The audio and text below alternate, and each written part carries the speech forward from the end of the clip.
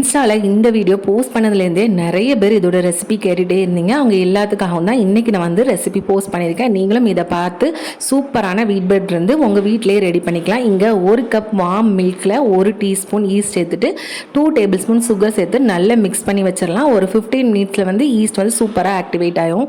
என்கிட்ட ஹேண்ட் பிளெண்டர்லாம் இல்லை அப்படின்னா நீங்கள் கையால் கூட மாவு பசிச்சிக்கலாம். நான் இன்றைக்கி இதில் தான் மாவு பசிஞ்சு எடுத்துக்க போகிறேன். நான் வந்து இன்றைக்கி ஆசீர்வாத் கோதுமை மாவு தான் எடுத்திருக்கேன். உங்களுக்கு எந்த கோதுமை மாவும் நீங்கள் எடுத்துக்கலாம். ஃபர்ஸ்ட் ஜாரில் ஒட்டாமல் இருக்கிறதுக்காக கொஞ்சமாக எண்ணெய் அப்ளை பண்ணிட்டு இதில் நான் 1.5 கப் போல் கோதுமை மாவு சேர்த்துக்கிறேன். அதில் ஒரு 1/2 கப் மைதா மாவு சேர்த்துக்கிறேன். ஏன்னா வந்து குல்டன் வந்து ஆக்டிவேட் ஆகிறதுக்கு. உங்களுக்கு வேண்டானா ஃபுல்லாக மைதாலையும் செஞ்சுக்கலாம், அதுவும் சூப்பராக இருக்கும். ஈஸ்ட் இந்த மாதிரி ஆக்டிவேட் ஆகணும். ஆக்டிவேட் ஆனால் மட்டும்தான் நம்மளுக்கு பிரெட் நல்லா சாஃப்டாக சூப்பராக வரும். ஈஸ்ட் ஆக்டிவேட் ஆனதுக்கப்புறமா அதில் முட்டை சேர்த்துக்கிறேன். முட்டை சேர்த்துட்டு நல்லா மிக்ஸ் பண்ணிக்கலாம். இதை வந்து நம்ம எடுத்து வச்ச மாவோட கொஞ்சம் கொஞ்சமாக மிக்ஸ் பண்ணி நீங்கள் நல்லா அரைச்சி எடுத்துக்கலாம். இது ஃபஸ்ட்டு கையில் ஒட்டுற பதத்தில் தான் இருக்கும். மாவு சேர்க்கும் போது அதோட கொஞ்சமாக சால்ட்டும் சேர்த்துருந்தேன். கையில் ஒட்டுற பதத்தில் தான் இருக்கும். இதை கொஞ்சம் கொஞ்சமாக சேர்த்துட்டு நம்ம இந்த மாவு வந்து கையில் ஒட்டுற மாதிரி தான் இருக்கும். இந்த ஒரு ஒர்க்கிங் ஏரியாவில் சேர்த்துட்டு கூட கொஞ்சம் மாவு சேர்த்து நல்லா பிசைஞ்சு எடுத்துக்கலாம். நீங்கள் நல்லா பிசைய உங்கள் கையில் ஒட்டாமல் சூப்பராக கிடைக்கும். நீங்கள் கையில் மட்டுமே மாவு பிசைஞ்சிங்கன்னா ஒரு 15 மினிட்ஸ் மேலே பிசைஞ்ச வேண்டியது இருக்கும். நான் இன்றைக்கி மிக்ஸியில் போட்டு பிசைஞ்சனால ஒரு 5 or 6 மினிட்ஸ் பிசைஞ்சிட்டு விட்டுருவேன். இது கூட ஒரு 2 டேபிள் ஸ்பூனாக பட்டர் வந்து நான் எடுத்து வச்சுருக்கேன். ரூம் டெம்பரேச்சருக்கு பட்டர் வந்ததுக்கப்புறம் பட்டரையும் சேர்த்து நல்லா இந்த மாதிரி மாவை கையை வச்சு பிசைஞ்சு எடுத்துக்கணும். 2 கையை வச்சு இந்த மாதிரி இழுத்து பிசைஞ்சிங்கன்னா மட்டும்தான் மாவு வந்து நம்மளுக்கு நல்லா லூஸ் ஆகி நல்லா சாஃப்ட் ஆகி பிரெட் வந்து நல்லா உப்பி கிடைக்கும்.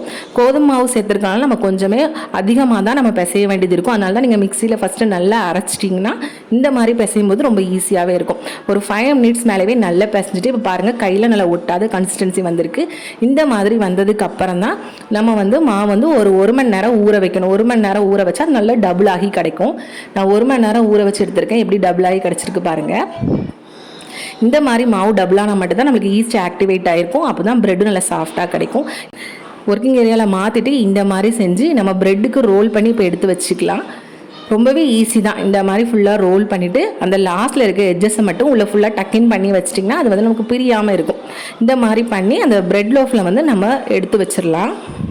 பிரெட்டு செய்கிறது ரொம்பவே சிம்பிள் தான். நீங்கள் ஒரு டைம் கரெக்டான மெஷர்மெண்ட்டில் நிதானமாக பண்ணி பார்த்தீங்கன்னா உங்களுக்கும் சூப்பரான பிரெட்டு கிடைக்கும். நான் வந்து இது ஒரு 3வது டைம் தான் பண்ணியிருக்கேன். பிரெட் லோஃபில் வச்சுட்டு ஒரு 40 மினிட்ஸ் கழிச்சதுக்கப்புறம் ப்ரீஹீட் பண்ணல ஓவனில் ஒரு 45 மினிட்ஸ் வச்சு எடுத்தேன். சூப்பரான பிரெட் எனக்கு கிடச்சிருது. பிரெட்டு வெளியே வந்ததுக்கப்புறம் அதுக்கு மேலே மெல்டட் பட்டர் வந்து அப்ளை பண்ணிக்கலாம்.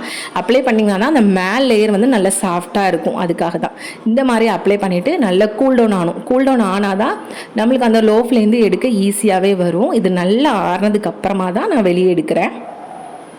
பாருங்கள் எவ்வளோ சூப்பரான சாஃப்டான பிரெட்டு நம்மளே வீட்டில் ரெடி பண்ணிட்டோம். உங்கள் குட்டீஸ்லாம் இந்த பிரெட்டை கண்டிப்பாக நீங்கள் செஞ்சு கொடுக்கலாம். ரொம்ப சூப்பராகவும் இருக்கும், ரொம்ப ஹெல்த்தியாகவும் இருக்கும்.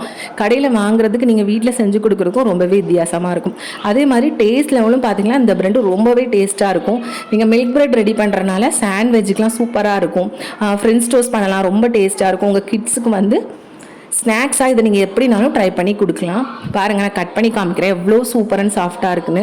ரொம்பவே டேஸ்ட்டான சூப்பரான பிரெட் வீட்டிலேயே ரொம்ப ஈஸியாகவே ரெடி பண்ணிட்டோம்.